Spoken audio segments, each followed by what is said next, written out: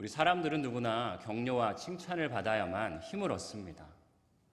칭찬하고 격려하는 그 일들, 그리고 그 일들을 통하여서 안정감을 누리고 힘을 얻지요. 칭찬과 격려, 여러분 비슷한 것 같지만 그런데 이 둘은 약간의 차이가 있습니다. 그 차이를 설명한 아주 짧은 한 문장이 있는데 제가 발견하였습니다. 참 그렇다 그렇게 생각하였는데요. 칭찬과 격려의 차이는 이것입니다. 칭찬은 달콤하지만 짧고 격려는 은근하지만 길다라는 것입니다. 예. 여러분 칭찬은 아주 달콤하지만 짧다는 거예요.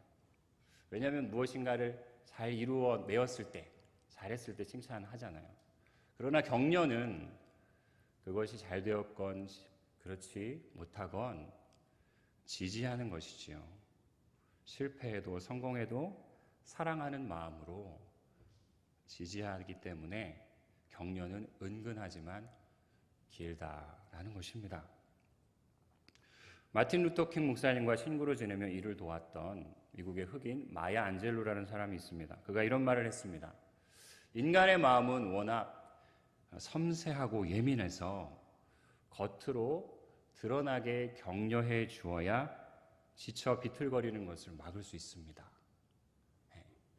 그런 동시에 인간은 워낙 굳세고 튼튼해서 한 번 제대로 격려를 받으면 분명하고 꾸준하게 그 박동이 계속됩니다. 라는 말이에요. 여러분도 동의가 되시죠? 우리가 한 번 제대로 격려를 받으면 그 심장이 하나님의 은혜로 우리 영적으로 친다면 박동되는 것입니다. 계속해서. 오늘 본문에서는 이 은근하고 여운이 남는 격려의 장면을 보여주고 있어요. 아주 짧은 에피소드인데요. 굉장히 은혜가 있는 한 장면입니다. 다윗과 요나단, 여러분이 잘 아시는 다윗과 요나단의 이야기예요.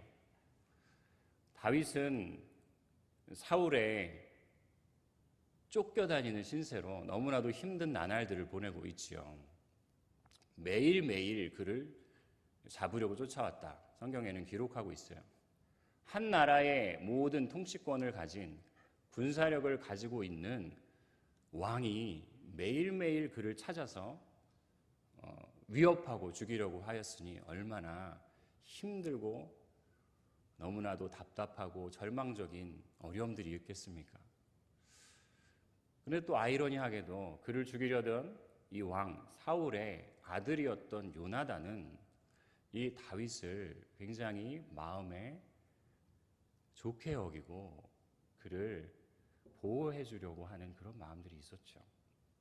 그래서 정말 사울 왕이 다윗 너를 해하려는 그러한 결정을 하였다면 내가 너한테 사인을 해주겠다. 미리 그런 이야기들을 하지요. 그리고 정말 자기 아버지 사울이 다윗을 기필코 죽이고야 말겠다는 그 위협을 요나단도 느끼고 다윗을 도망가게 해주고 그런 일들을 돕게 되지요. 그래서 오늘 이 말씀의 장면은 다윗이 15절에 보면 사울이 자기 생명을 빼앗으려고 나온 것을 보았으므로 십광야라는 이 수풀에 숨어 있었을 때의 일입니다. 이 다윗을 격려하고자 여러분 요나단이 이 수풀로 찾아가는 거예요. 우리로 치자면 다윗이 이 광야에서 신방을 받는 거예요. 요나단의 신방을 받는 것입니다. 여러분 격려란 것은 첫 번째로 그가 있는 자리로 찾아갈 때 시작되는 것이죠. 그가 어디에 머물러 있던지 그 사람이 처한 그 바로 그곳으로 찾아가는 것으로 시작되는 것이에요. 누군가를 격려하기 위해선 그에게 다가가는 것만으로도 여러분 큰 격려가 되죠. 제가 군대에 있었을 때 우리 남자들은 군대 가면 참 광야 아닙니까? 그때 면회를 오는 친구들이 있습니다. 부모님도 계시지만 면회를 와주는 친구들을 보면 참 힘이 되죠. 나를 찾아서 먼 곳까지 시간을 내서 그 장소로 찾아오는 것이지 않습니까? 물론 그 친구들이 이렇게 맛있는 거를 들고 오기 때문에 좋아하기도 하지만 나를 이곳까지 내가 있는 곳으로 찾아와 줬다는 것 자체가 참 격려가 되고 힘이 됩니다. 여러분 병원에 입원해 보신 일이 있으시죠? 한두 번 정도는 다 있으실 거예요. 병원에 있을 때 그 병원으로 나를 찾아와 주는 사람은 참 잊어버리지 않습니다. 네. 저도 예전에 어렸을 때 병원에 한 일주일간 입원해 본 적이 있었는데 고등학교 때입니다. 근데 저를 이렇게 찾아왔던 그 친구들은 참 정말 오는 것만으로 격려가 되고 큰 힘이 되는 것을 느끼게 됐었어요. 그래서 그들을 찾아가는 목적이 뭡니까, 여러분? 격려의 목적이 뭐죠? 찾아가서 위로하고 힘을 얻게 해주는 것이죠. 그런데 오늘 본문에 보면 요나단이 다윗을 찾아갑니다. 그리고 그를 격려하죠. 그런데 단순한 위로를 하기 위함이냐? 그렇지 않습니다. 하나님의 사람들에게는 격려하러 찾아가는 더 큰 의미가 있다는 것이에요. 16절입니다. 함께 읽겠습니다. 사울의 아들 요나단이 일어나 수풀에 들어가서 다윗에게 이르러 그에게 하나님을 힘입게 의지하게 하였는데, 여러분 영적인 격려의 목적은 하나님을 힘입게 의지하게 하는 데 있다는 것이에요. 하나님을 힘입게 의지하게 하는 것. 요나단이 그것을 이 수풀에 들어가서 다윗에게 하고 있는 것이에요. 원어적인 표현을 보면 요나단이 다윗의 손을 하나님으로 굳세게 하였다, 이런 내용입니다. 그 다윗의 손을 하나님으로 굳세게 하였다. 이 굳세게 하였다는 단어가 하자크라는 단어인데 이것은 단단히 붙들도록, 너무나도 힘든 상황 아닙니까? 다윗이 매일매일 그렇게 쫓기고 있으니, 그리고 아무도 자기가 붙들 것들이 없는, 의지할 것들이 없는 사람으로서는 그런 상태에 있을 때 요나단이 하자크하게 하는 것이에요. 하나님을 힘입도록, 다윗의 손으로 하나님을 굳세게 붙들도록 그렇게 찾아간 것이에요. 여러분 이것이 격려의 목적입니다. 여러분 우리들은 누구입니까? 우리들은 다 연약한 인생들입니다. 사울을 피해 다니듯이 우리의 삶에도 저마다의 고뇌들이 있습니다. 세상의 모든 인간들은 여러분 어떤 존재입니까? 늘 불안하고 그리고 두려워하는 존재입니다. 그래서 그 불안과 두려움을 극복해보고자 노력하며 살아가지만 결국은 채울 수 없는 불안들이 늘 인생들에게는 있는 것이지요. 왜 그렇습니까? 하나님을 붙들지 못하기 때문입니다. 하나님을 힘입게 의지하지 못할 때 우리는 그런 인생들일 수밖에 없는 것이지요. 그러나 여러분 우리는 누구입니까?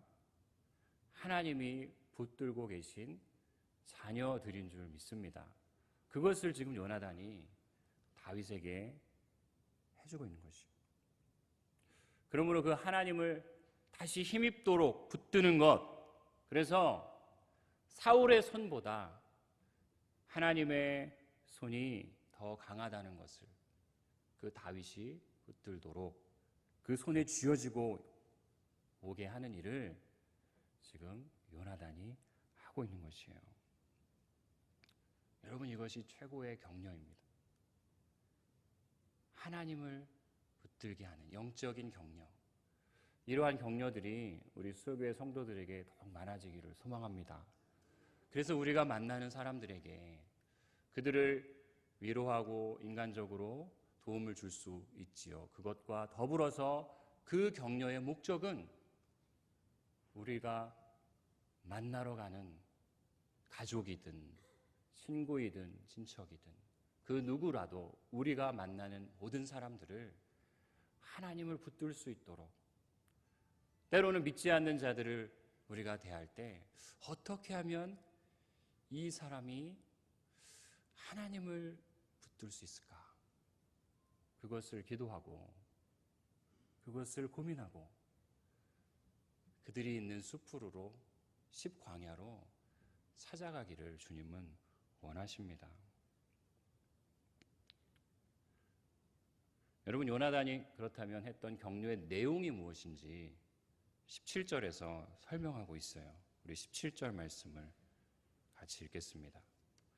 곧 요나단이 그에게 이르기를 두려워하지 말라. 내 아버지 사울의 손이 내게 미치지 못할 것이요 너는 이스라엘의 왕이 되고 나는 내 다음이 될 것을 내 아버지 사울도 안다 하니라. 요나단이 다윗에게 이 내용을 전하는 거예요. 두려워하지 말아라. 내 아버지 사울도 너가 왕이 될 것을 안다는 것이에요. 그 사울이, 내 아버지 사울의 손이 너에게 미치지 못할 것이다. 너 다윗이 왕이 될 것을 우리 아버지도 직감하고 있다. 그리고 나도 내 다음이 될 것을 사울 왕도 안다는 것을 이야기해 주는 것이요.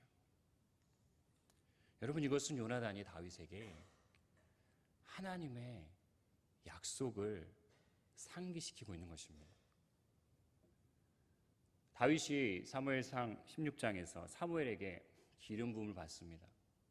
그리고 기름 부음 받았다는 것은, 사무엘에게 기름 부음 받았다는 것은 그가 어떠한 길로 나아가게 될지를 다윗도 알고 있는 것이죠.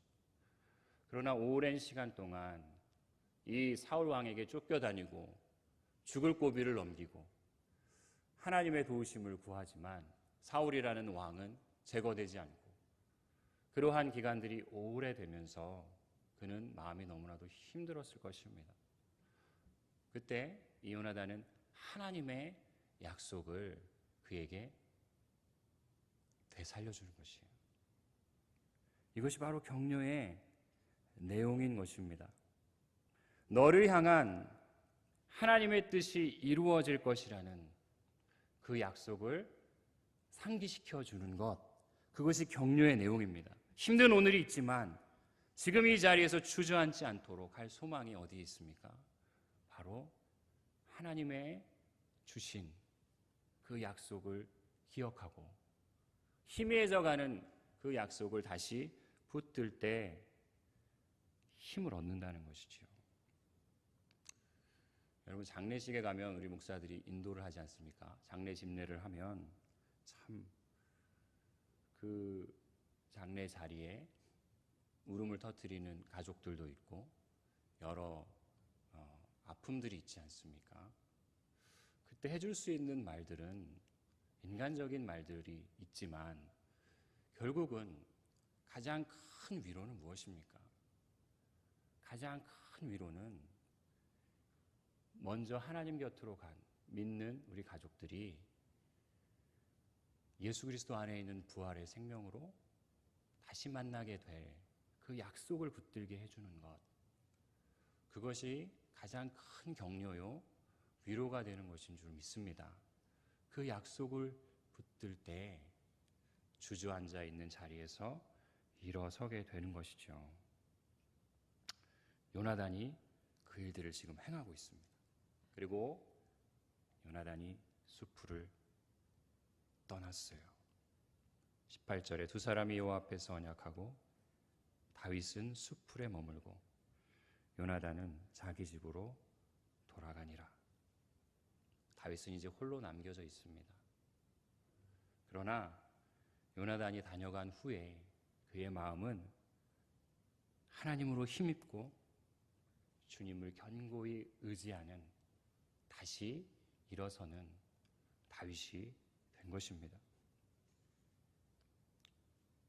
여러분, 이 아름다운 격려의 장면에서 우리는 예수님을 생각해 보게 됩니다. 예수님의 이미지가 보여지게 되는 것이에요. 예수님도 수풀에 숨어 불안하고 떨고 있는 달과 같은 우리에게 찾아오십니다. 우리가 있는 그 자리로 찾아오셨어요. 그리고 고아와 같이 우리를 버려두지 않으시고 친히 찾아오셨고 이 땅에 오셨을 뿐만 아니라 십황무지와 같은 우리의 마음에 예수님께서 찾아오신 줄 믿습니다. 그리고 그 예수님께서 한 영혼 한 영혼을 우리가 있는 그 자리까지 찾아오셔서 하나님의 약속을 붙들게 하시죠. 여러분, 작년에 신방을 할 때 어떤 우리 집사님 집에 갔는데 겨울이었습니다. 근데 참 굉장히 마음이 기뻤어요. 내가 어떤 일이 있었냐면 아파트를 이렇게 도는데 아파트에 이렇게 층수를 누르고 딱 내리게 됐습니다. 근데 문이 딱 열리니까 그 복도에 쪽지가 붙어 있는 거예요. 하늘에는 영광, 땅에는 평화. 우리 집에 신방 오심을 환영합니다. 이쪽으로 오세요. 그래서 또 걸음을 가니까 또 다른 쪽지가 붙어 있고 감사합니다. 빨리 오세요. 막 이렇게 붙어 있고 그 집에 가서 이렇게 신방을 하게 됐어요. 목사가 그 집에 찾아가는 것도 우리 집사님들이 감사함으로 기쁨으로 받으시는데 여러분, 예수님이 그 가정에 찾아오셨습니다. 예수님은 이미 그 가정에 찾아오셨고 우리 인간들과는 비교할 수 없는 그분께서 그 가정에 그리고 그 심령 안에 찾아오시고 품어주시는 분, 그분이 바로 우리 예수님이신 것이죠. 그리고 두 번째로 예수님 우리를 찾아오셔서 우리의 손에 하나님을 힘입게 하셨습니다.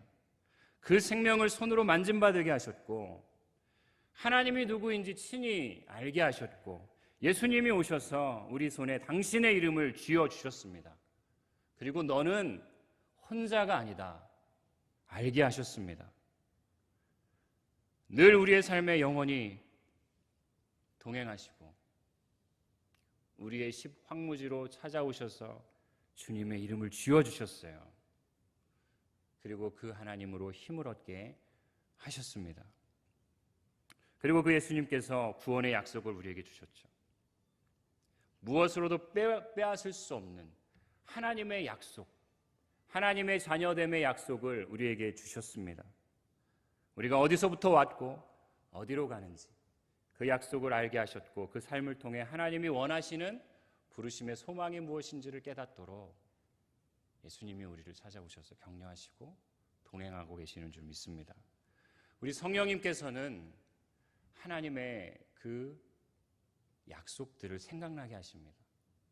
우리를 향한 하나님의 놀라운 인도하심과 하나님의 말씀들을 생각나게 하셔서 위험한 지경에서 우리를 건져주시고 동행하게 하시고 인도하고 계시는 줄 믿습니다. 사랑하는 여러분, 우리에게 찾아오신 예수님 그리고 요나단이 다윗을 찾아간 것처럼 우리들 또한 우리 주변의 수풀에 숨어서 피하고 있는 그 사람들에게 다가가야 합니다. 그것이 하나님의 마음이고 하나님이 기뻐하시는 일입니다. 다가가서 그들과 하나님을 다시 연결시켜주는 그러한 은혜 가운데 우리가 나아가야 합니다. 다시 하나님의 생명이 흘러갈 수 있도록 다윗의 심령 가운데 하나님으로 말미암아 다시 힘을 얻고 일어설 수 있었던 것처럼 우리가 그런 요나단이 되기를 주님은 원하십니다. 하나님께서는 여러분 사람들을 통해서 격려하십니다. 사람들을 통해서 그들에게 말씀하시고 사람들을 통해서 그들을 위로하시고 만져주십니다. 이 요나단이 다윗에게 하였던 것처럼 여러분 바울에게도 이 아나니아가 찾아갔고 바울이 옥에 갇혀 있었을 때는 오네시모라는 그 자가 찾아가서 격려하였습니다. 디모데후서 1장 17절 19절에 보면 원하건대 주께서 오네시모로의 집에 긍휼을 베푸시옵소서.